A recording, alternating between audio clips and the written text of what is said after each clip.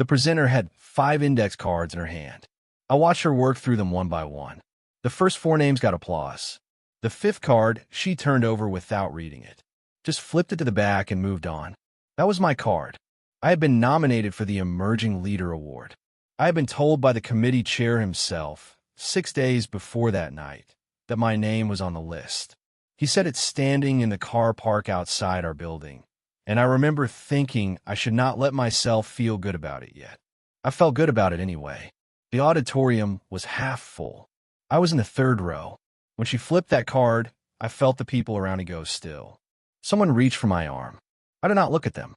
I kept my eyes on the stage while someone else walked up and accepted an award that I had been told 6 days earlier was going to have my name on it. I stayed until the end. I shook hands. I smiled at the right moments. Then I went home and made the only decision that made sense. They would never skip my name again. Not because I was on a fight for a place on their list.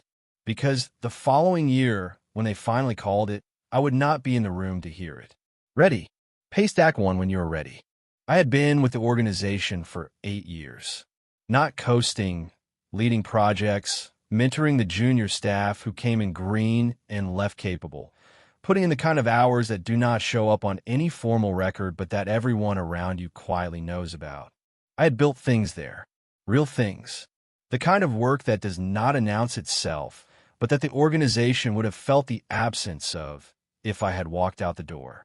Richard was my boss, 55, silver-haired, the kind of man who made you feel genuinely seen when he was in the room and slightly uncertain about where you stood when he was not. He had a way of giving praise that felt specific enough to be real. He remembered details. He knew which projects you had carried and which ones had cost you something. That made it easy to trust him. That made it easy to believe him when he called me into his office one afternoon, closed the door, and told me he had nominated me for the Emerging Leader Award. He leaned back in his chair and said, "You deserve it. You have earned it." Not quickly, not as a throwaway. He said it like a man who had thought about it and decided it was true. I thanked him. I kept it measured in the room. I walked back to my desk and sat down and stared at my screen for a while without reading anything on it. That evening, I told my wife. She put her hand on my arm and said she was not surprised, that it was about time. I called my parents.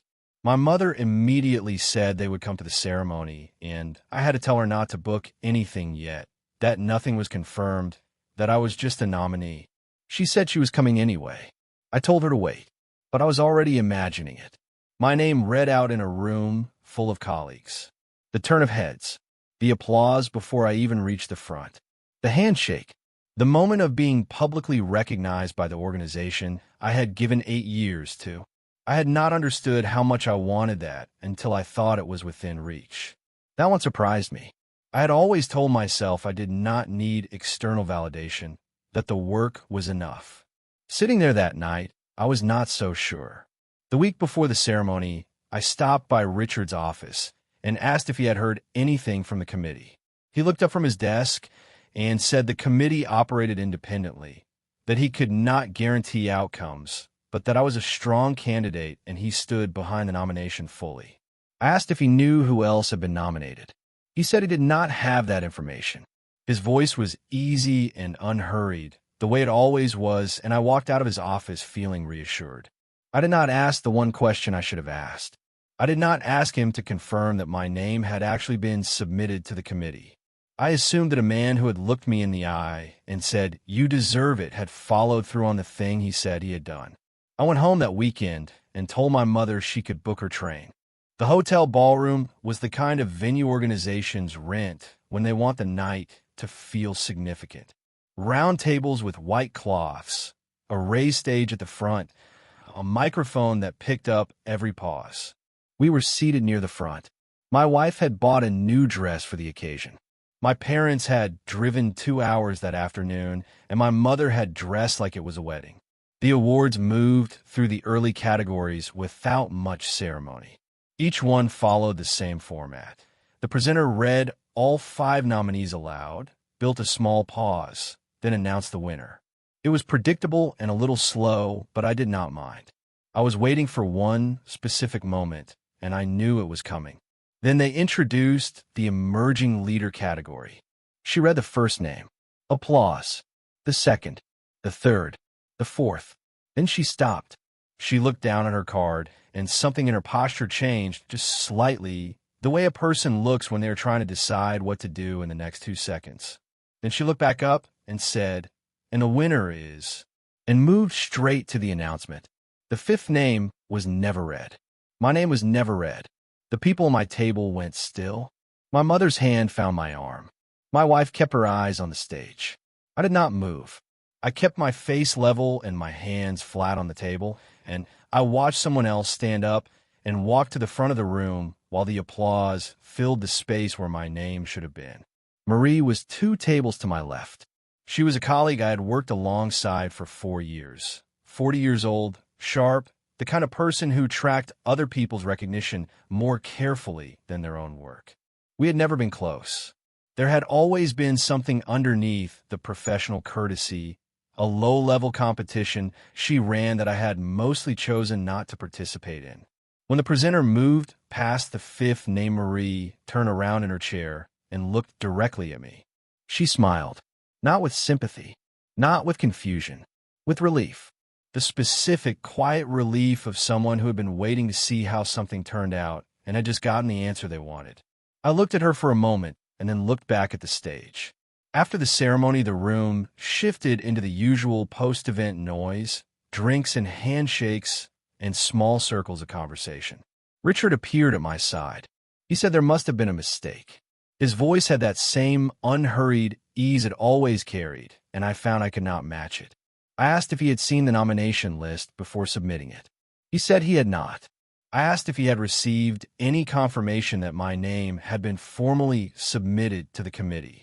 He said I assumed it had gone through. He assumed. My parents had driven 2 hours. My wife was standing 3 feet away in a dress she had bought for a moment that did not happen. 8 years of work sat behind me like a debt that had just been quietly written off. And the man who had looked me in the eye and said, "You deserve it," had assumed. I did not raise my voice. I did not ask another question. I just walked away from him and went to find my wife, and the 4 of us left the building, and nobody said much on the way to the car.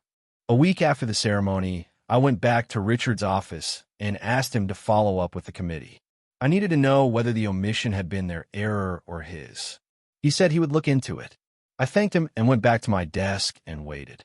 Another week passed. He stopped by one afternoon and told me he had spoken to the committee and they had no record of my nomination. No paperwork, no submission, nothing with my name on it had ever reached them. I asked him directly if he had submitted the forms. He said, "I must have forgotten." I stayed very still when he said that. I had sent him the nomination forms myself. I had filled in every section that was mine to fill and left the rest clearly marked for him. I had followed up with him twice over the 3 weeks before the deadline, and both times he had told me not to worry, that he had it handled, that I should focus on my work. I had done exactly that. I had trusted him to do the one administrative thing that stood between me and that nomination. He forgot. I asked if there was any way to address it with the committee. He said the award cycle was closed, that there was no appeal process built into it, and that the best thing to do was to position myself well for the following year. He said, maybe next year, in the same easy tone he used for everything, like he was suggesting I try a different lunch spot. I went home that evening and told my wife what he had said. She listened to the whole thing without interrupting, and when I finished she was quiet for a moment, and then she was not quiet anymore. She said, "You need to leave that place." I said, "And go where?" She said, "Anywhere they do not forget your name." I did not have an answer for that. Not a real one. I was not ready to leave. Some part of me was still waiting for something, an acknowledgement, an apology, some signal from the organization that what had happened was not acceptable and that someone above Richard understood what it had cost me. I kept thinking someone would say something.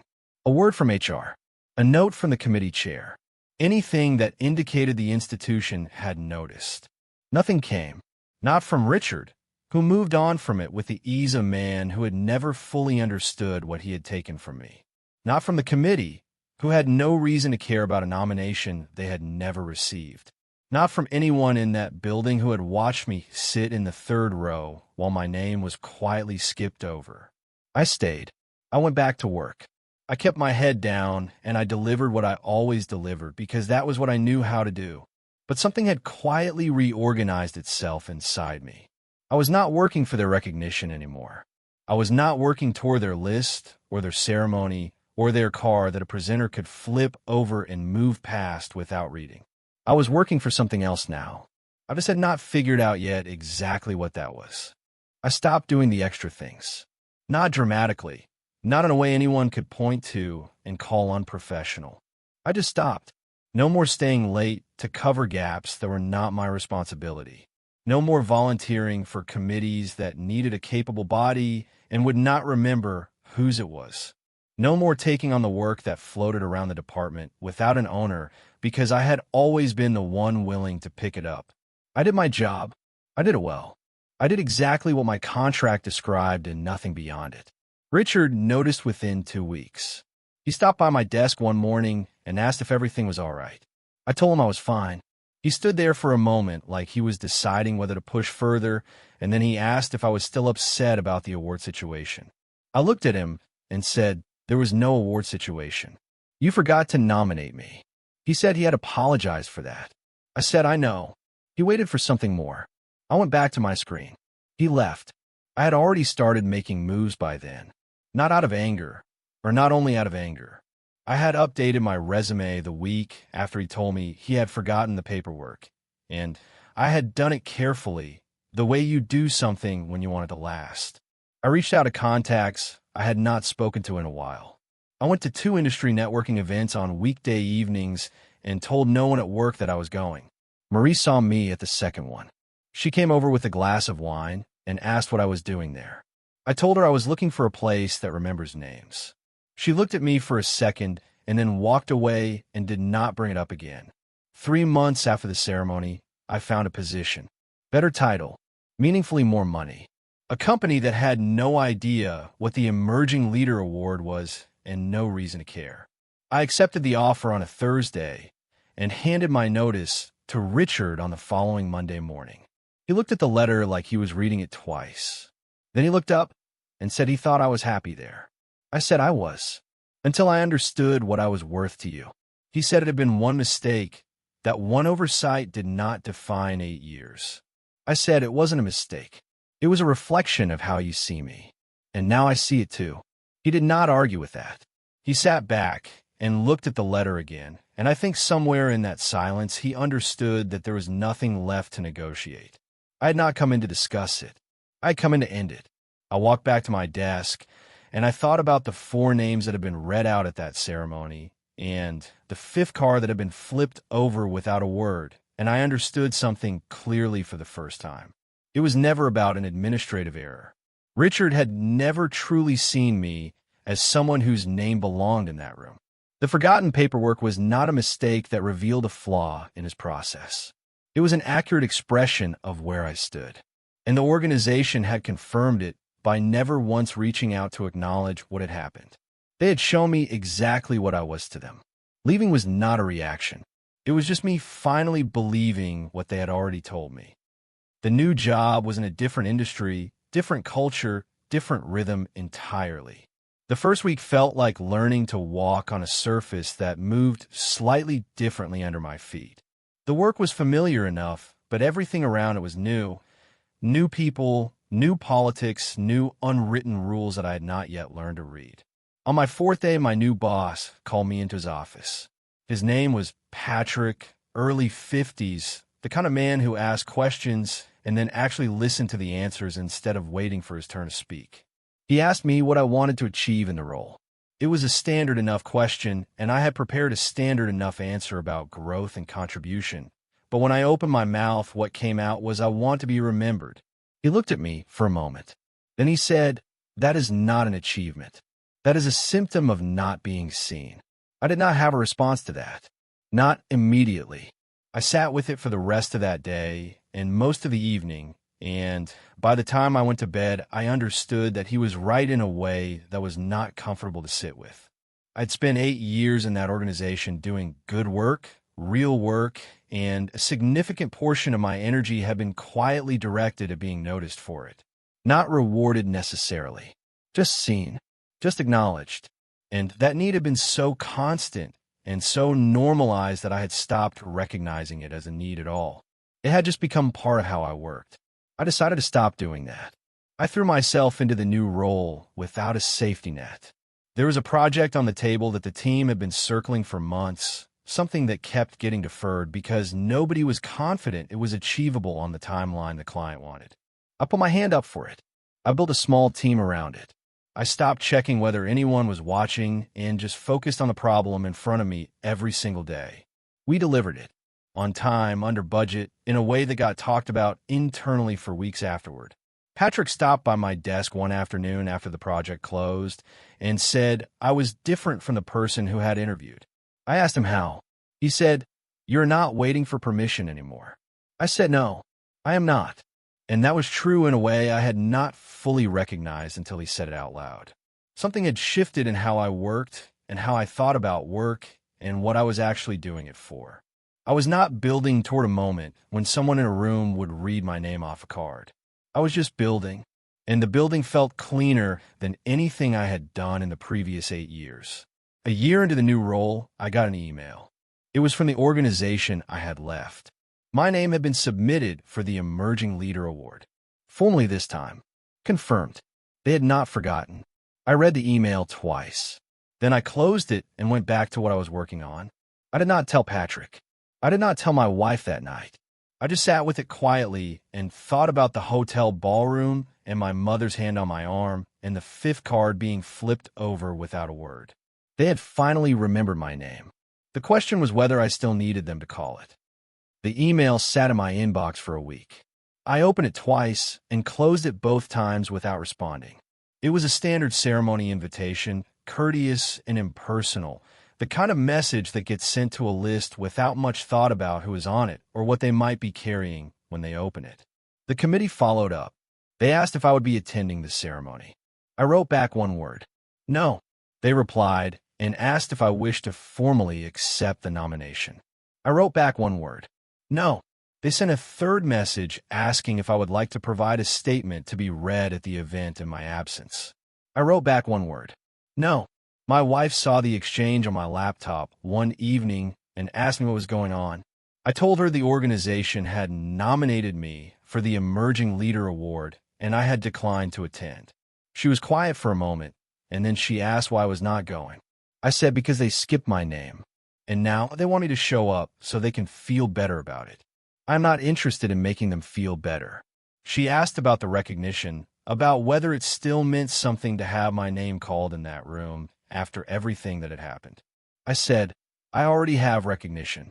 From the people who matter. From you. From my team. From myself. That room has nothing left that I need. She looked at me for a moment, and then she nodded, and I could tell she understood not just the decision, but what it had taken to get there. I'm over at where silence ends. Subscribe if any of this sounds familiar. I had thought about that night in the hotel ballroom more times than I would admit to anyone. The silence where my name should have been. Marie turning in her chair with that smile. Richard standing beside me afterward with his easy voice and his assumption. I had carried the weight of that evening through the first months at the new job, into the project that no one thought was possible, through every late night and early morning when I was building something real without anyone watching. I did not want to carry it into that ballroom again. Going back would mean the night still had power over me. It would mean I was still the man in the third row waiting for his name to be read. And I was not that man anymore. Refusing to attend was not revenge. I want to be clear about that. It was not a performance. There was no satisfaction in imagining their faces when the seat was empty. It was simply that I had nothing left to prove to them and no desire to sit in a room full of people who had once decided my name was not worth reading aloud. The week of the ceremony, I worked late every night. I was deep in a new project, something my team had been building for 2 months, and the work had that quality it gets sometimes when everything is clicking and the hours disappear without you noticing. I did not think about the ballroom. I did not think about the stage or the index cards or the applause. I thought about the problem in front of me and the people beside me and the thing we were making together. On the night of the ceremony, I was at my desk at 9 in the evening. Someone on my team brought me a coffee. We talked through a problem for 20 minutes and then went back to our screens. Somewhere across the city, in a hotel ballroom I had decided not to enter, they were working through the awards program. Category by category, 5 nominees each. I did not wonder how it went until much later. The ceremony was on a Saturday. I was at home. I did not look up the live stream. I did not open social media. I made dinner for my family, the kind of meal that takes time and attention, and I was glad to have something that required both.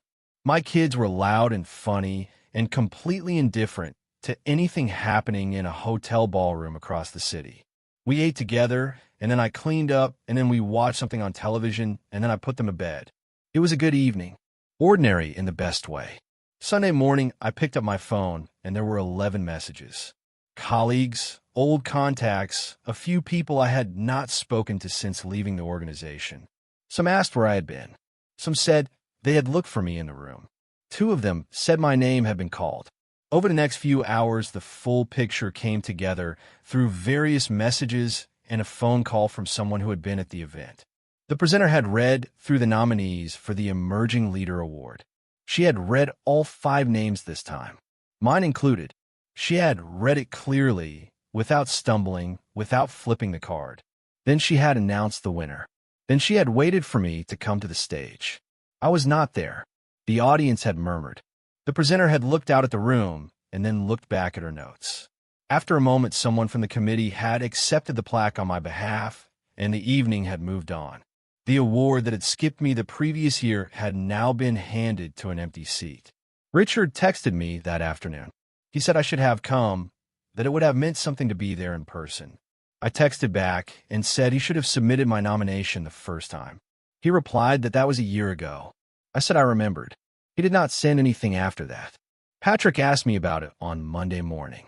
He had heard through someone in his own network, and he brought it up directly, the way he did everything. He asked if I regretted not going. I said, I regretted going the first time. I sat in that room while they skipped my name, and I smiled and shook hands and went home and felt smaller than when I had arrived. This time I chose differently.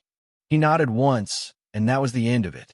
4 days later, a package arrived at my home address. A cardboard box, well packed, with the organization's logo on the return label. Inside was a plaque, my name engraved cleanly across the front. Emerging Leader Award, the year, the organization's seal. I stood in the hallway and looked at it for a while. It was a well-made thing, solid. The engraving was clean. Someone had taken care with it. I put it in a box in the garage, on a shelf next to some paint cans and a set of tools I rarely used. Not out of bitterness, not as a statement. It just did not belong in my house. It was not made for me. It was made for the version of me that was still sitting in the 3rd row waiting to be seen. That man had needed it. I did not. The plaque sat in the garage for 3 months. I walked past it every time I got into the car, and I did not think about it much, which told me something. My wife asked about it one evening. We were in the kitchen, and she had that tone she uses when she has been patient about something for long enough.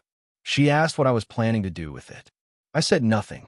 She said to throw it away then. I said I was not ready yet. She asked what I needed to remember that required keeping it.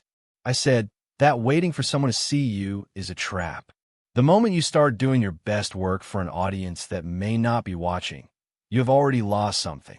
The only person who needs to see you clearly is yourself. She looked at me for a moment like she was deciding whether that was wisdom or stubbornness.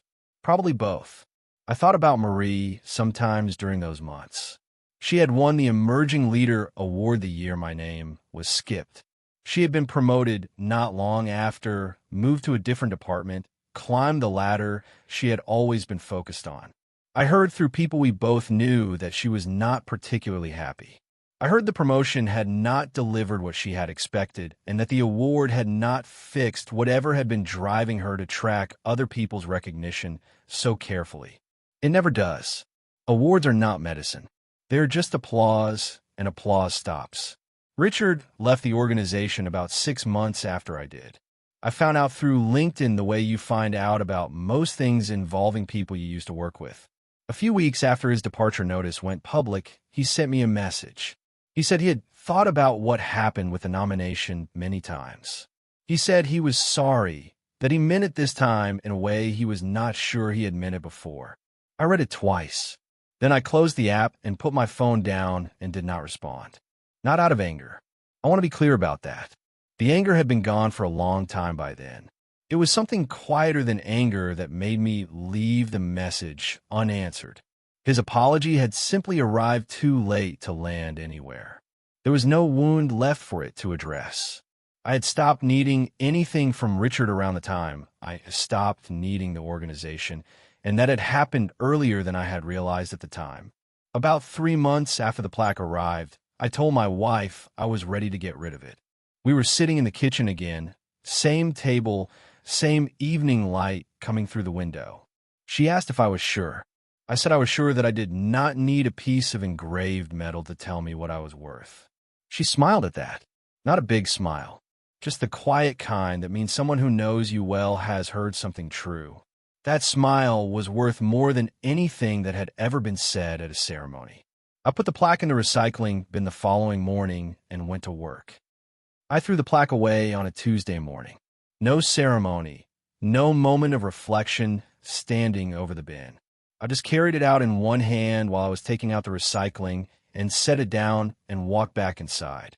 My daughter was at the kitchen table eating breakfast. She is 7. She saw the box and asked what was in it. I told her it was something I used to want. She asked why I did not want it anymore. I said because I had figured out that I already had what I was actually looking for, and that I had just been looking in the wrong place for a long time. She thought about that for a second and then went back to her cereal. 7-year-olds are efficient that way. I hope she never has to learn what I learned the way I learned it. I hope she grows up with a clear enough sense of her own worth that she never spends 8 years waiting for a room full of people to confirm it. But if she does have to learn it the hard way, I hope she learns it faster than I did, and I hope the lesson sticks.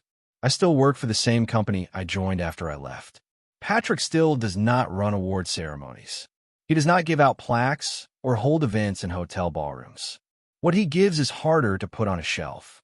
He gives people real work and real trust and the kind of responsibility that tells you more about how you are seen than any engraved piece of metal ever could. That is what I collected the following year. Not a trophy, a different way of understanding what recognition actually means and who has the right to give it to you. I think about the night in that ballroom sometimes. Less than I used to. Well, I do think about it. It does not carry the weight it once did. What I feel now is closer to gratitude than anything else, and I know that sounds like the kind of thing people say when they're trying to reframe a wound.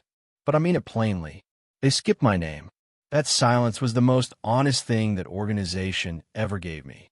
It showed me exactly where I stood, exactly what I was worth to them, exactly what I had been working toward, and why it was never going to satisfy me even if I had received it. I walked away. Not that night. I stayed until the end and shook hands and smiled like I mentioned. But eventually I walked away, and I walked away from more than a job. I walked away from the version of myself that needed the room to turn and the applause to start before he felt like his work mattered. The following year when they called my name, I was at my desk. I have not attended since. Not because I am bitter, because I am finished needing what they were offering. There's a real difference between those two things, and it took me longer than I would like to admit to understand it. That is the only award worth having. The one you give yourself when you finally stop waiting for the card to be read. I still think about the 5th card sometimes.